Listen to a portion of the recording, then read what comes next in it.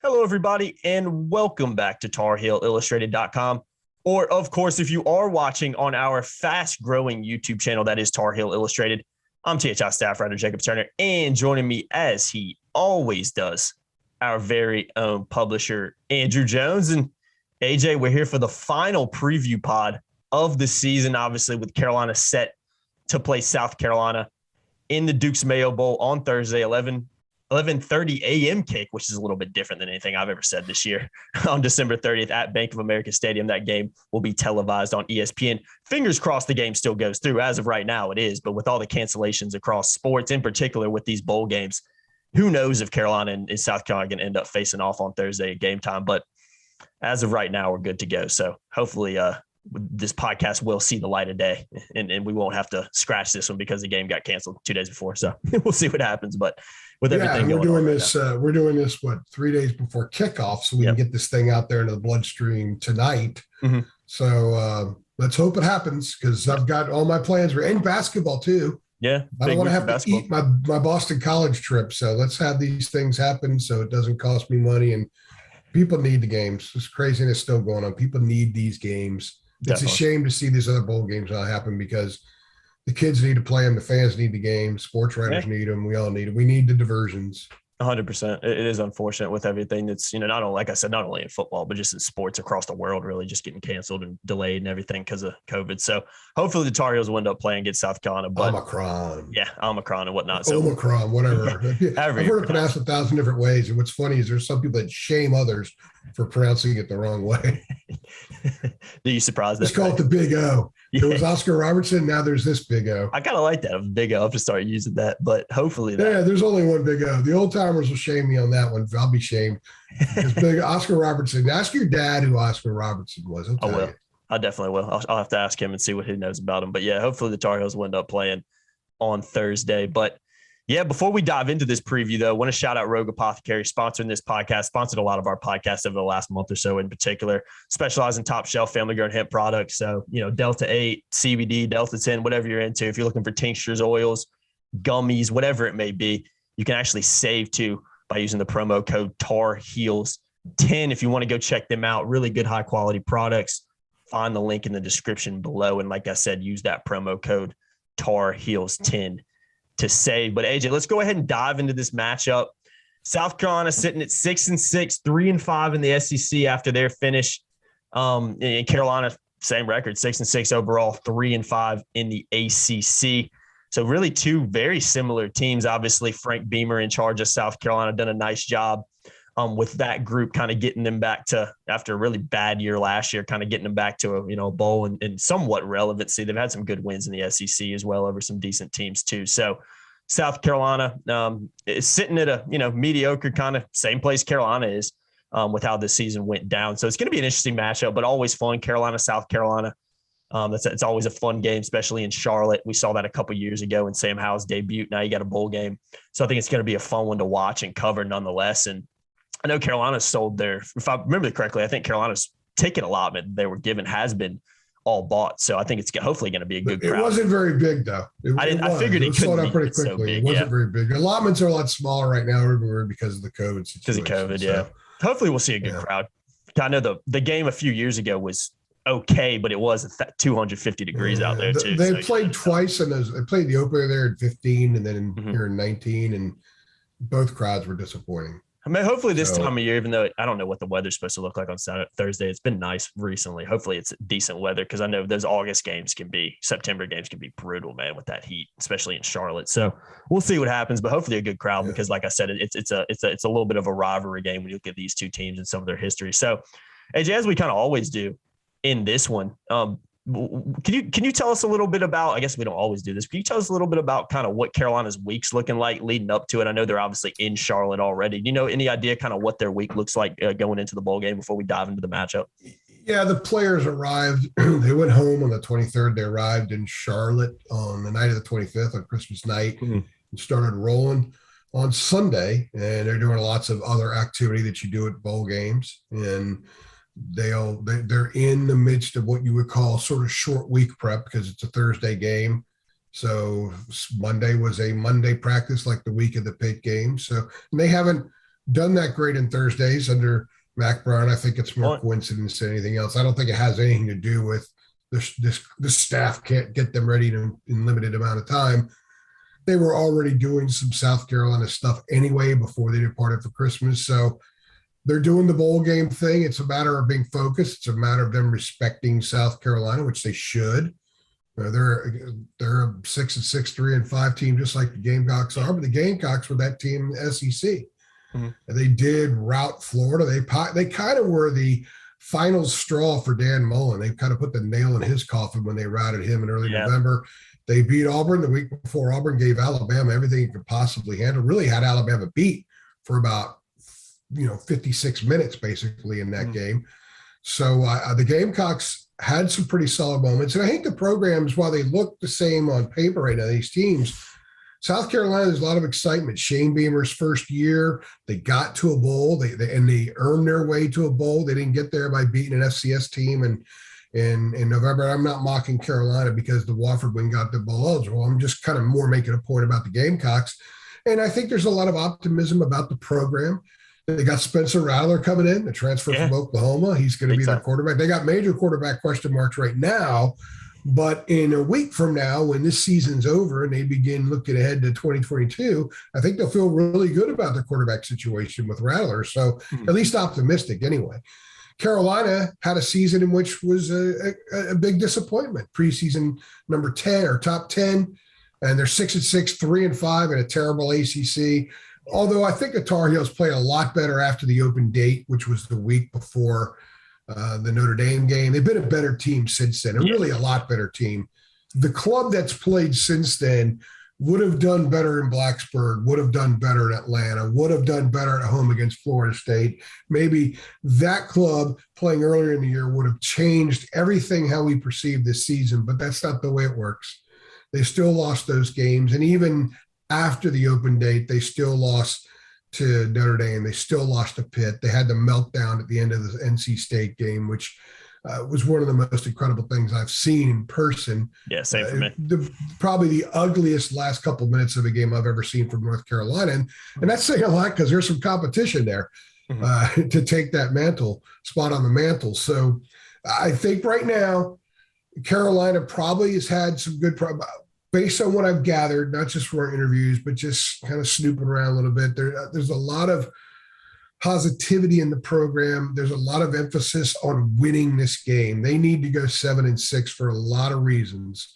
The psychology aspect of it, you don't want to start top 10 and end up with a losing record and have losses to South Carolina and home to a bad Florida State team and at a terrible Georgia Tech team and at a Virginia Tech team that fired its coach. There's a lot of ugly marks on this resume this year. You don't want to add another one. They need to win because they got recruiting pitches to make. The class of 22 could see a lot of positives. Those kids bought it. They're in the bank.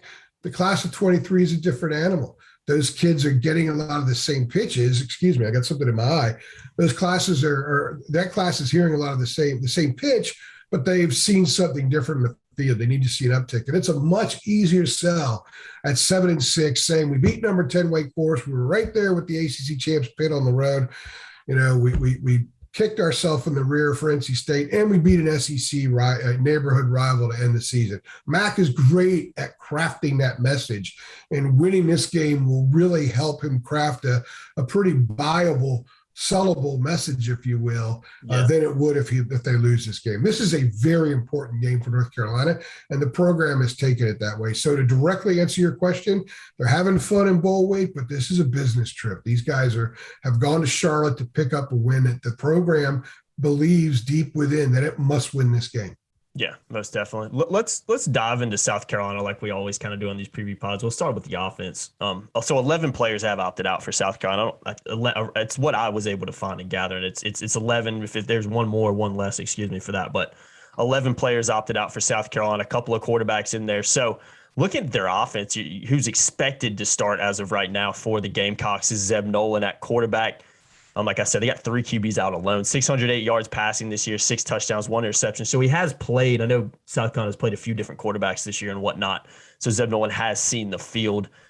this year, and is, I think, a relatively guy that's been around the program for a little bit as well. So at the running back position, Kevin Harris at running back, 478 yards, 3 touchdowns, and Josh Van at wide receiver is kind of their leading receiver on the year, 679 yards, 5 touchdowns. Overall, South Carolina sits at number 116 offensively in the country, so not great, averaging just 319.6 yards per game.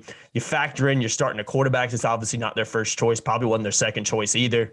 Got a running back, I believe, that opted out too. I mean, this is a South Carolina offense that statistically at full strength wasn't great anyway. No. Now you think this could be I think for me, this is a really good opportunity for this Carolina defense. I know that is going to lose some guys this year, but isn't losing a ton of guys, to have a really good performance, gain some confidence going into next year.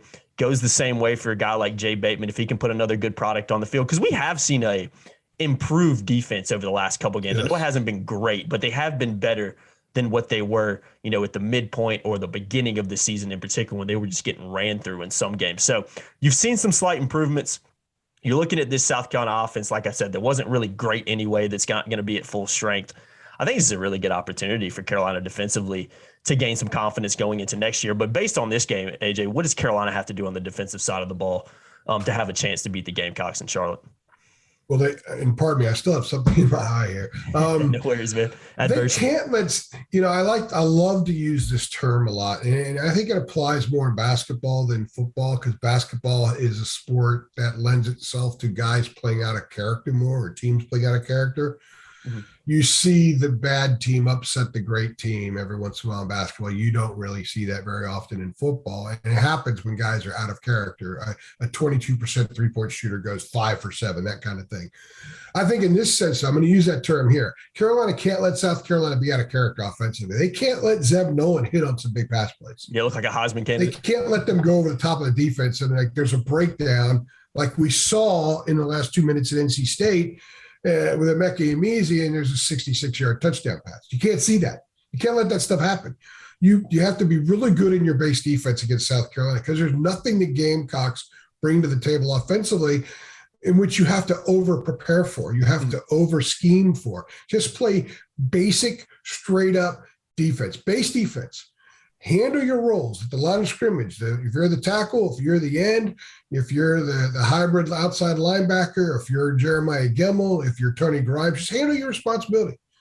You should be fine if you do that, if you play to your ability. It's a pretty simple thing. However, we've seen this defense at times not do that. We saw them get blown up at Georgia Tech, and people were talking about, oh, man, maybe Georgia Tech's pretty good. I knew they were trashed that night. Carolina was just super trash that night on both sides of the ball, to be perfectly honest with you. And they allowed a bad football team and a bad offense to just chew them up for 313 yards in the second half.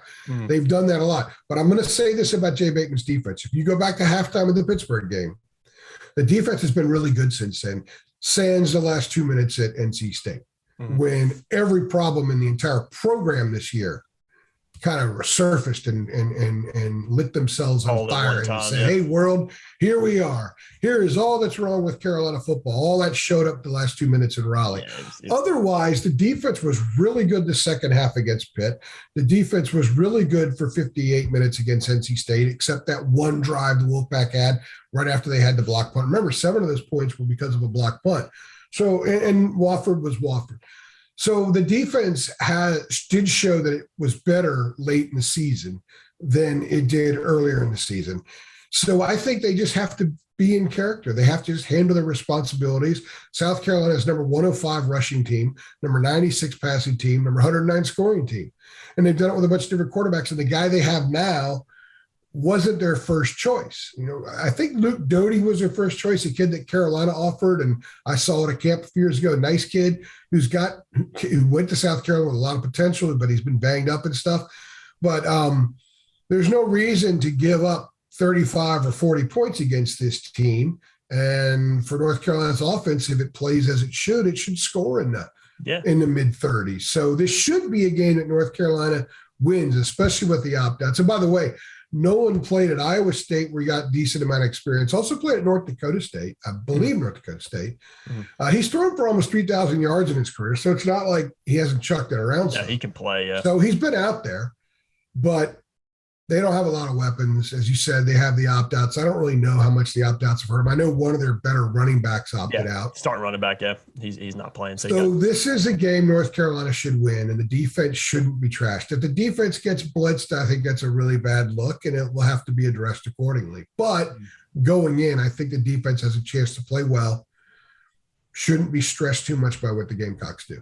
No, definitely not. I think it's a good opportunity for Carolina defensively to, like I said, gain some confidence going into next year and put together a good performance against a South Carolina offense. Like I said, that wasn't great in particular anyway, but when you look at all the opt-outs, you think that would feed into Carolina's advantage a little bit as well. Let's switch to the defensive side of the ball for the Gamecocks. Jalen Foster, kind of the main guy on that side of the ball at defensive back, 90 tackles on the year, leads the team.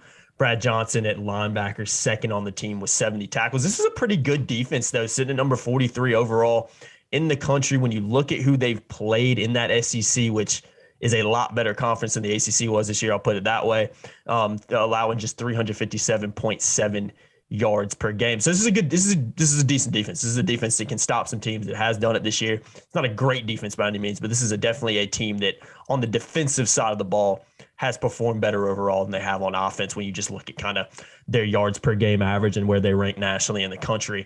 But I'm sure they got some opt-outs on that side of the ball as well. I know they do. I don't know the specific guys that are missing, but when you got a guy like Jalen Foster, who's kind of been your main man, Brad Johnson as well, that are playing, that definitely bodes well for the Gamecocks going into Thursday. So what does Carolina have to do offensively? Obviously, Sam Howell's playing. Big news for the Tar Heels, big plus for the Tar Heels. There was some speculation, a month ago that he may not play, but Sam Howell will play in the game, which is obviously a huge advantage for them. Carolina really didn't have any opt-outs, Kyler McMichael really being the only guy. You had some transfers kind of mixed in there, but a lot of the guys that are transferring weren't probably going to play much in this game anyway. So this is a good opportunity, I think, for Carolina on the offensive side of the ball. Kind of Sam Howell's, what should likely be Sam Howell's final game as a Tar Heel.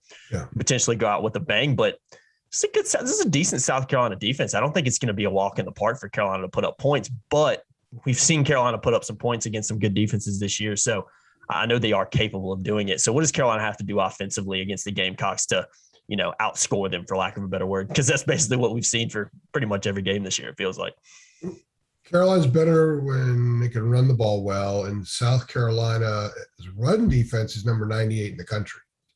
Pass defense yards allowed, they're number 7, number 27 in pass efficiency. But I wonder how much that has to do if you think about the SEC East. There's some good run teams in there. But the quarterback situation in that division is not great. Yeah, it's a fair point. Tennessee can chuck it around, but you're dealing with Vandy. Florida was a mess at quarterback. Georgia, they got behind Alabama, and you're like, wow, you know what? Their inability to stretch with the arm is an issue, and they hadn't really been exposed a whole lot earlier in the year because they didn't really need to do that. They were kind of more run based, I guess. I don't think they're great passing games in the SEC East, which is what they play the majority of their games. But the numbers are what the numbers are. Number 7 in pass yards allowed, number 27 in pass efficiency defense, which is a more important stat. They clearly can apply some pressure. They cover. They do a good job with that. So Carolina can't rely on just throwing the ball to win this game. They have to run the ball. And quite frankly, when Carolina runs the ball well, they're better. They're a better offense. So much better. That should be the case with most teams. And I think that's the case with Phil Longo's offense. What's the best offensive performance last season? The Miami game. Yep. Sam only threw for like 200 yards. Just ran all over. Because they ran the ball like crazy. So I think running the ball in this game, establishing a conventional run, that means Ty Chandler. All right. That means if DJ Jones is healthy, DJ Jones. That means British Brooks, if he's in the mix. He had a really good game against NC State, and the Carolina offensive line dominated NC State's defensive front, which I think was one of the most impressive parts of this season in game. If you look at each game and break them down, okay, where were the A+ moments? Well, the offensive line in run blocking was an A+ night in Raleigh. Pass protection, it wasn't, but it was never A+ in pass protection against anybody. I'm sure that you and I could line up at a 4-point stance and get a sack every once in a while. Yeah, probably. Just joking. I don't want to piss people off or anything like that. They have to be able to be balanced in this game, but establish the run first, get the run game going, and then I think Sam can kind of get into his thing and be very opportunistic with the throw. I don't know if they can stretch the defense against this team because they haven't really gone over the top much this year as it is. So running chunks, passing chunks, move the ball down the field. By the way, South Carolina is number 102 in third down defense. Oh, wow. That to me means they don't stop the run in tight situations very well. So I think the Tar Heels are going to look to establish the run. We could see a lot of Sam, a lot of Chandler, and a little bit of Brooks. And that's not such a bad thing because I love watching teams run the ball in a variety of ways. To me, that's a more beautiful part of the sport because I'm big on popping at the line of scrimmage, moving dudes around and making stuff happen. So look for them to do that first. But I think Sam's going to play well in his final game in essentially his hometown. I mean, he's from the area. And this is an opportunity, again, like I was saying about a few minutes ago, this is an opportunity for Carolina to not just get a win, but get an impressive win. Get a win in which you feel good on special teams, you feel good about defense, and you feel good about the basics of offense. And that would be a really positive way for this team to launch into the offseason.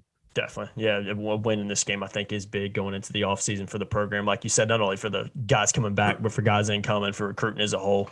Get a win over an SEC team that has had a decent year. Like I said, not great, but a decent year under a first-year head coach. Two fan bases that don't really like each other. Yeah, it's definitely a positive going in to the offseason. So, hey, that's kind of does it for this part. I guess we're the last part, like we always do, the final prediction of the season. I would love to look. I wish I could look back and see how off we were on our predictions because I'm sure it's horrible with how this season's gone down. No, nobody would have made money betting on this team one way or the other this season. Impossible. Unless you figured out the win-loss kind of trend where loss, win. If you could figure out that trend, you would have been making some good money. But once you bet based on a trend, then the trend changes. And the trend stops. Exactly. You know how that stuff works. Yeah. If anybody's done that, if any subscribers watching that have done some good job betting, let us know. I'm curious if anybody's kind of picked up on that trend and was able to sniff it out early on and end up making some good money. But probably not, knowing just the inconsistencies of this team. I haven't put my staff pick in quite yet. I'm going to send it a little bit later today. I haven't really even thought about it too much. I think Carolina wins. I think with all the opt-outs on the South Carolina side, I think with just the fact that South Carolina offensively isn't great anyway. I think Carolina's also probably got a little bit of a chip on its shoulder point to prove. But bowl games are interesting. I've talked about this with my dad over the years a lot. It's funny how many times some teams, you never really know which team's going to show up for a bowl game. The amount of times you just see a team go into a bowl game and just get absolutely obliterated because they're not prepared. We saw it a few years ago with that 2015 Carolina team that was so good. Go down and just get absolutely ran over by a third-string quarterback that wasn't even a quarterback at Baylor. So you just really never know what team's going to show up. That's because that team never could stop the run. That team was a product of a crap schedule and a great offense and an unbelievable leader in Marquise Williams. 100%. But defensively, other than Schottler and a couple guys, they weren't very good. And that was proven against Baylor. It all blew up in that game. But it's always funny to see how these bowl games, you see it more often than not. More often than not, there's a team that just doesn't show up and gets blown out. And it's kind of fun to see. I don't think that'll be an issue for Carolina. I don't think USC is not going to show up either. But you could see it happen potentially with all, like I said, with the amount of opt-outs with the quarterback position. You could see a South Carolina team that's, for lack of a better word, uninspired. But I think under a first-year head coach with the success they've had, I don't think that'll be likely. I think Carolina wins this game. I'm going to say 38. I'm going to say 38-28. I think South Carolina scores just because that's what every team's done this year against this Carolina defense, no matter who's playing, good or bad. I think Carolina lets up some points, doesn't let up a ton of points, but I think Carolina is able to kind of move the ball against this defense. Sam Howell has a big game. I think you're expecting one from him with his last game. I think even Ty Chandler could have a big game, last college game for him as well. But we'll see how things go down. But that's my prediction. That's kind of a on-the-spot prediction because I really haven't put much thought into it quite yet. I'm going to say 38-28. What are you thinking, AJ? Well, I wonder if South Carolina is just happy to be there. If the achievement was getting to a bowl. That's a good point. If the achievement was basically getting what's-his-face fired down there at Florida and beating Auburn. Mullen, yeah. And they got waxed by Clemson in their last game. I think Clemson turned out to be a pretty good football team. They figured things out eventually, yeah. Yeah, I think they're the best team in the league now, which just isn't saying a whole lot. But not really. Is South Carolina happy to be there? That's a good point. If they're happy to be there, that means maybe I think there's a lot of emphasis being put on winning for Carolina. that could be really, really good because they could be zeroed in and just ready to roar or to explode out of the tunnel. Or if the game's a little bit close, it could make them tight. Yeah. You just never know. I'm a big fan of psychology in sports because it's an ongoing process because nobody's really figured anything out yet. Once you think something makes sense, then it no longer makes sense. And college athletes have a tendency of living in that realm more than pro athletes. When I covered pro sports, you can sort of figure some stuff out. Mm-hmm. You kind of were who you were. Mm-hmm. And that showed itself over time, but not always the case with college sports. Even in the 13th game of a season for a club like North Carolina, that has a lot of, if it's a Christmas tree, it's got a lot of pretty ornaments, but the tree maybe has, I don't know, I'm always going with these analogies, right? But maybe deep down the tree didn't have enough inside. It wasn't as full as people thought. Mm-hmm. I think Mac Brown had a sense that this team wasn't going to be as good as a lot of other people were. And he started kind of, letting us know, sending some signals in August when he said, look, I already know who these guys were 2 years ago at wide receiver, running back. We've got to get a lot better on the offensive line. He started sending some of those signals out that this team wasn't going to be that great. But they should win this game, Jacob. I think on paper they're the better team. If you watch both, I haven't seen South Carolina as much as I have North Carolina. I've seen all North Carolina's works, but I do think it's a better football team. And I think it's been a better team late. Even with what happened late against NC State, the fact that they battled back, they kept battling back. They battled back against Pittsburgh, had a chance to win that game, took it to overtime. They battled against NC State when things were awful the first quarter. I think that they're going to take that fiber with them to Charlotte. They're going to be ready to play. I think they're going to play well, and I think they're going to methodically win a game in which they're clearly the better team. So I kind of like your 38-28. I already did my pick. Oh, nice. So this is the first time let the record show. This is the first time this year I put my pick into admin before you got yours in, and I have Carolina third. I guess I can't say Carolina. I have North Carolina 38-24 in this game. Close. And I think there's a chance that Jay Bateman's defense gives up even fewer points. They really need to. Yeah. I think for people to gain a little bit of confidence in that situation, the best thing that could happen is not Sam lighting it up, not Chandler lighting up. I think the best thing for North Carolina football going into the offseason is for Jay Bateman's defense. They're not going to pitch a shutout, but to really look stout, to not let a team that doesn't have a lot of parts right now play like it does. Keep them who they are. That's really, really important. I know a lot of people have said that there are going to be changes. They're calling for changes. It's not a good look if this defense gives up 30 or 40 points against this group. So my understanding is that they believe a lot of things can be fixed internally because they know the personnel. They know what hasn't worked better than anybody else. They know what has worked. Well, here's an opportunity for Jay Bateman's defense to show a lot of people the things about it that does work and maybe reveal some of the tweaks that have already occurred. I'm looking forward to seeing that. Yeah. So I think Tar Heels win 38-24. We'll see, because every time I pick them to win, it seems like they don't. And when I pick them to lose, it seems like it's been my story of my season. All that stuff. So I hope, and this is a warning for everybody. If you are a gambler, do not listen to what Jacob and I just said in the last 4 minutes. Stay as far away. Ignore everything we said. Yeah. Do not go bet on a game because of what we said, because you will more than likely be wrong. So just good thing to say right there. It's a good little. That's my public service work. Yeah, look, a little PSA for the people, a little warning and big warning in all caps and everything. I need to put that on the screen, just a huge warning. Do not bet based on our predictions, but. If you have been betting on our predictions this year, I apologize.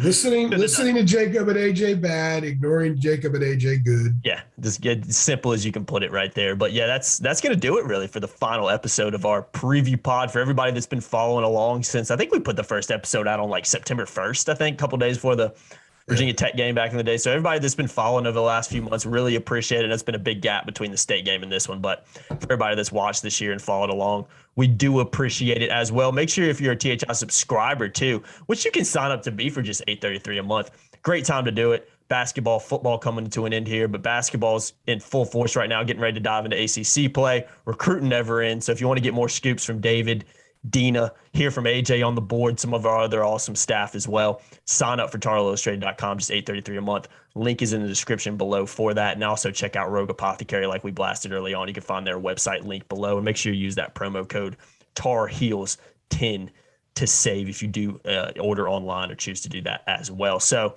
been a fun year, AJ. Not the year maybe we expected, 4 months ago or however long it was, but that's what makes it more fun. Exactly. That's why people think that a lot of sports writers root. We just root for storylines.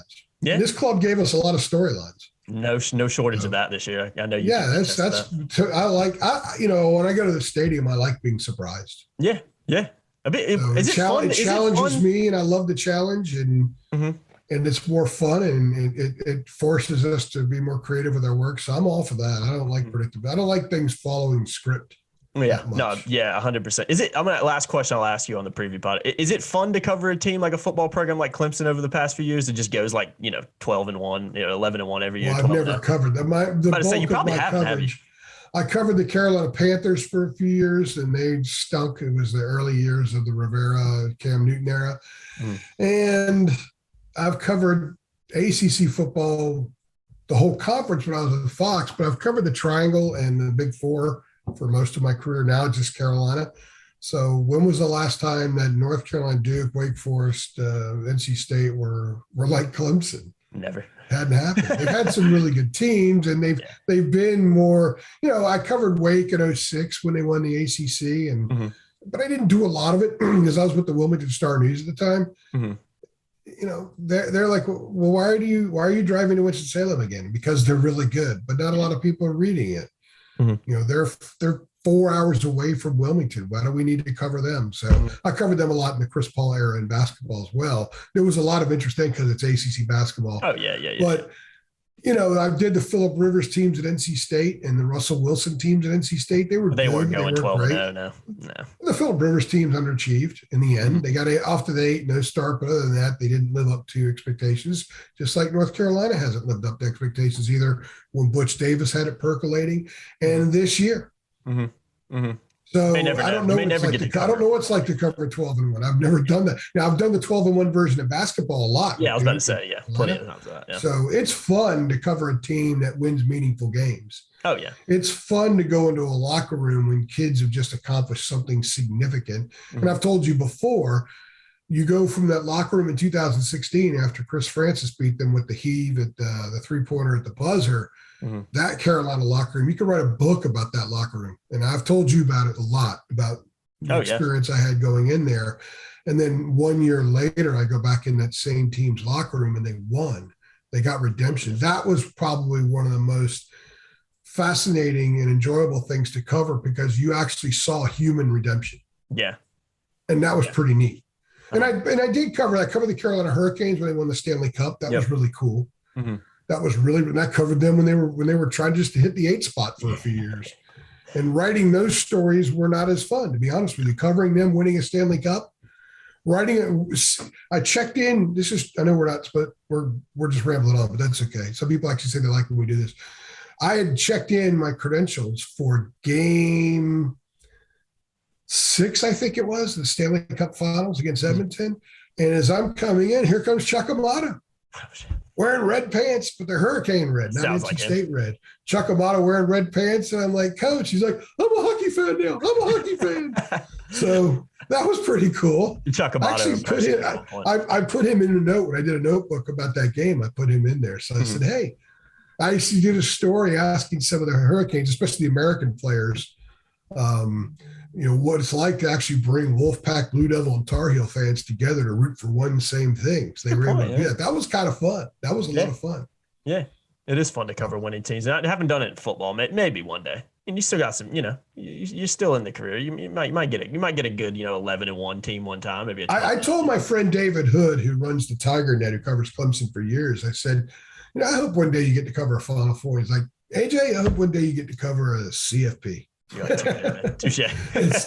So it would be cool. It'd be nice to have that experience. The biggest bowl game I ever covered was the Orange Bowl. So because the teams I cover don't usually rise up to that level. It's tough to get to that level. So that'd be kind of a nice change of pace. Exactly. Well, good stuff this year on the preview pod, AJ. Been fun kind of previewing these games going back to September. So if you guys have enjoyed it, make sure you hit the like button if you're looking forward to this bowl game and hoping it goes through and actually happens. So obviously that's, as of right now, we're good to go. But, it's something to definitely keep an eye on. And basketball this week because I can't get my BC trip back. Basketball as well, I'm sunk for that one. Yeah, 2 games coming up, Virginia Tech and Boston College as well. We're doing a podcast on basketball too, so check that out once that's out as well and watch that one too. But as always, guys, appreciate y'all following along this year. Appreciate y'all watching this one. Keep it locked to TarHeelIllustrated.com and our YouTube channel, Tar Heel Illustrated. Make sure you like, share, subscribe, hit that notification bell as well so you know every single time we upload. We'll see y'all in the next video. Thanks, guys. Thanks.